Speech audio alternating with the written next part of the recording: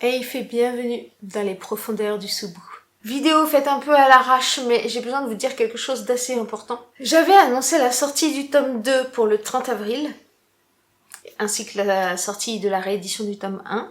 Je vous jure, là sur mon PC, j'ai juste à cliquer sur publier et c'est publié. Mais ce qui s'est passé, c'est que j'ai perdu la flamme. Je pensais pas que ça serait aussi dur d'en parler, mais vraiment, j'ai perdu la flamme, j'ai perdu l'envie, j'ai perdu tout. Je suis désolée si la lumière elle est un petit peu forte, mais j'en ai pas d'autre aujourd'hui, donc je fais avec ça. En fait, c'est parti, mais c'est tout bête, hein. Vous allez dire que je suis vraiment une petite nature. Après, faut savoir un truc, c'est que je suis une hypersensible. Alors, je sais que c'est un peu la mode de dire les hypersensibles et tout ça. Moi, je l'ai toujours été, j'ai été diagnostiquée. Mon hypersensibilité, c'est surtout lié au sens. J'entends beaucoup mieux, je vois beaucoup mieux, je sens beaucoup mieux que la moyenne. D'ailleurs, les tests de vue, j'en ai fait un récemment, j'ai explosé le score, enfin bref. Mais du coup, forcément, comme j'ai cette hypersensibilité des sens, j'ai aussi un peu l'hypersensibilité émotionnelle. Et voilà, il me faut pas grand chose pour que le peu de confiance que j'ai en moi s'effondre totalement. Et là, pour le coup, ça s'est bien effondré, d'autant que c'est plusieurs petits facteurs en fait mis ensemble qui ont fait comme une grosse boule qui m'a fait strike. Donc voilà, je sais pas quoi vous dire. J'aurais juste à cliquer sur publier pour qu'il soit publié. Mais c'est au-dessus de mes forces. Et du coup, si vous voulez savoir... J'ai la gorge horriblement sèche aujourd'hui. Du coup, si vous voulez savoir un petit peu pourquoi j'ai ce blocage intense qui est arrivé d'un coup, il est arrivé peu de temps après la vidéo que j'ai publiée pour annoncer justement la sortie du roman le 30 avril. C'est tout simplement que j'ai reçu une critique qui était bien, elle est pas si, objectivement parlant, elle est pas si horrible que ça. Ça nécessite pas de péter les plombs comme je le fais là. Et je cherche mes mots, hein. Mais c'est une critique qui émane d'une personne qui évolue dans le milieu de l'édition. Donc forcément, je trouve que ce genre de critique, c'est plus c'est pas que ça touche, je suis pas en train de me dire elle a pas aimé mon roman, j'en ai marre, j'abandonne tout. Non, je suis plutôt dans le mode mince. Les gens qui sont pas dans le milieu, ils m'ont tous dit qu'ils ont adoré l'histoire.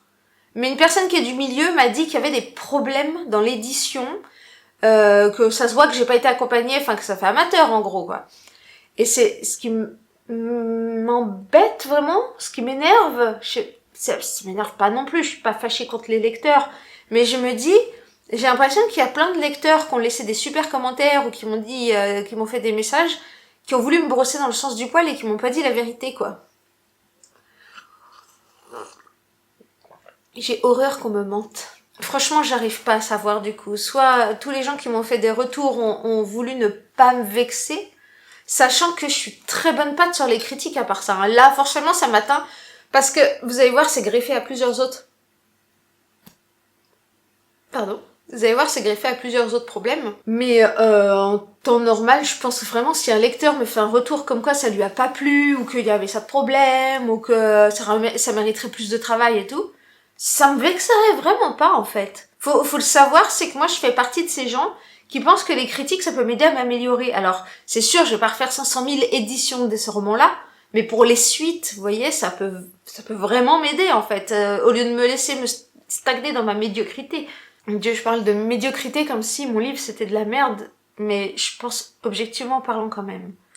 Je pense pas que ce soit de la merde. Parce que mon co-auteur a aussi travaillé dans le monde de l'édition, il a été chez Michel Lafon, il a fait un master en édition et communication. Bon, ok, c'est pas parfait éditorialement parce qu'on n'est pas des éditeurs et que c'est compliqué de travailler ensemble entre la Suisse et la France, forcément. Donc oui, le roman est pas parfait, ça c'est sûr. J'ai toujours dit, il sera jamais parfait. Et voilà, justement, vous en tant que lecteur, c'est aussi votre... Si il y a des trucs qui vous ont gêné dans le livre, dites-le. Il y a pas de souci, vraiment. Je le prendrais vraiment pas mal. Vous voyez, je le prends plus mal qu'on me dise « Ah, c'était génial » et qu'au final, c'est pas génial du tout, les gars. Enfin, voilà. Du coup, la personne qui m'a fait cette critique, c'est Tata Nexture, pour ceux qui connaissent. Attendez, je sais jamais de quel côté ça va s'afficher. Allez voir sa chaîne, elle est très intéressante. Moi, j'aime beaucoup ce qu'elle fait. Je sais pas si elle va faire une chronique de mon livre, du coup. Je crois que oui. Du coup, je vous mettrai le lien en commentaire le jour où elle sortira quelque chose. Je peux déjà vous dire qu'elle a mis 3,5 sur 5 en note. Et que ce qu'elle a surtout critiqué, c'était le fait que on n'a pas été accompagné éditorialement parlant. Aussi critiqué le fait que Nidoua, il est... Oh là là, j'ai pas de mémoire. Pas assez développé, je dirais comme ça. Qu'on n'a pas peur pour lui, que il lui arrive pas assez de pépins dans son aventure. Et qu'est-ce qu'elle m'a dit d'autre aussi? Qu'il y a pas assez d'éléments dans le Subu. Oh, ça, les gars, franchement, c'est dur. Autant la partie éditoriale, ça va, mais autant la partie sur Nidoua et sur le Subu, qu'il n'y a pas assez d'éléments. Moi, je comprends ça comme c'est pas assez... Il n'y a pas assez de matière, c'est pas assez d'écrit, il n'y a pas assez d'animaux, de décors. Je sais pas, peut-être je l'ai mal compris, je le comprends comme ça. Là, ça fait mal, parce que ça fait 15 ans que j'écris ce livre. Et c'est 15 ans de carnet griffonné de toutes les créatures. J'ai tellement fait un lore énorme, tout n'est pas dans le roman, vous voyez. C'est pas possible, j'ai pas envie... Et j'ai pas la vocation de copier Tolkien. Je sais pas comment faire mieux, en fait. C'est juste que je suis une personne moyenne. Dans ma vie, j'ai toujours été une personne moyenne. Voilà. Je suis moyenne à l'école, moyenne dans ce que je fais, moyenne partout. Et écoutez, je me dis, pourquoi ce serait différent pour mon livre? Je suis moyenne dans mon livre. Je rigole et à moitié je pleure, quoi. Enfin voilà, du coup j'ai cette critique qui est venue. Je remercie d'ailleurs Tata Nexia d'avoir pris le temps, elle était vraiment pas obligée quoi, elle a pris le temps de lire mon livre, de me faire un retour alors qu'elle aurait pu se contenter de mettre sa chronique comme ça et puis je la découvre le jour même. C'est très gentil, merci beaucoup. Donc voilà, c'était cette critique, plus le fait qu'avec mon co-auteur c'est pas simple en ce moment, parce que on a chacun nos problèmes et nos vies en fait, et en plus on est séparés par plus de 600 km, donc c'est encore moins facile, moins simple de bosser ensemble.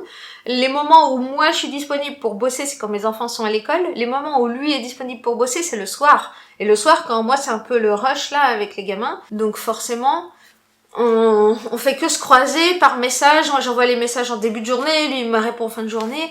C'est compliqué. Et puis on a des problèmes personnels. Hein. Pour ceux qui savent aussi, je sais pas si je crois que j'en ai pas parlé sur ma chaîne principale, mais j'en ai parlé sur Instagram. Mon papa est décédé en octobre et il est décédé 3 jours avant son anniversaire et l'anniversaire de mon co-auteur. Enfin, mon co-auteur qui est mon frère, hein, du coup, parce qu'ils sont nés le même jour. Et ça a un peu choqué tout le monde, je crois. Et on a un petit peu du mal à se remettre. Moi, je commence à accepter la fatalité. Je pense que mon co-auteur commence seulement à accuser le choc. On a des baisses de morale liées à ça. Et surtout, on a un gros problème. C'est pas qu'on se compare aux autres, mais c'est qu'on voit qu'on fournit beaucoup d'efforts et qu'il n'y a pas de résultat derrière. Et quand je vous dis on fournit des efforts, c'est qu'on est vraiment des pigeons. On est des pigeons complets. C'est-à-dire que pour le livre, on a dépensé énormément d'argent. Vraiment beaucoup d'argent. Et en pensant s'entourer de gens qui s'y connaissaient, qui étaient professionnels du milieu. Et au final, c'est de l'argent qu'on a pris. On a ouvert la fenêtre et on a lancé, comme ça, vous voyez. Ouais, c'est un peu démoralisant. Je sais pas quoi vous dire de plus, là. En fait, je crois que je suis tellement déprimée en ce moment. Et c'est une déprime assez profonde, en vrai. Ah, mon oreille me faisait mal. C'est une déprime assez profonde parce que c'est quand je me retrouve seule, donc tard le soir ou quand mes enfants sont pas là, je déprime tellement que je vais geeker sur The Lord of the Ring Online, donc l'OTRO, pour ceux qui connaissent, et je reste là-dessus pendant des heures. C'est un truc qui m'arrive jamais, hein, d'habitude. D'habitude, vous voyez, à cette heure-là, là, mes enfants sont pas là. Typiquement, c'est le genre de moment où je prends mon PC et j'écris jusqu'à 15h40. Là, rien, je suis une éponge sèche. J'ai plus rien qui sort, j'ai même pas des petites idées de créatures, parce que ça, c'est ma partie, c'est vraiment l'univers, le lore, tout ça. J'ai toujours des idées de bestioles que j'écris au moins dans un carnet. Et là, rien.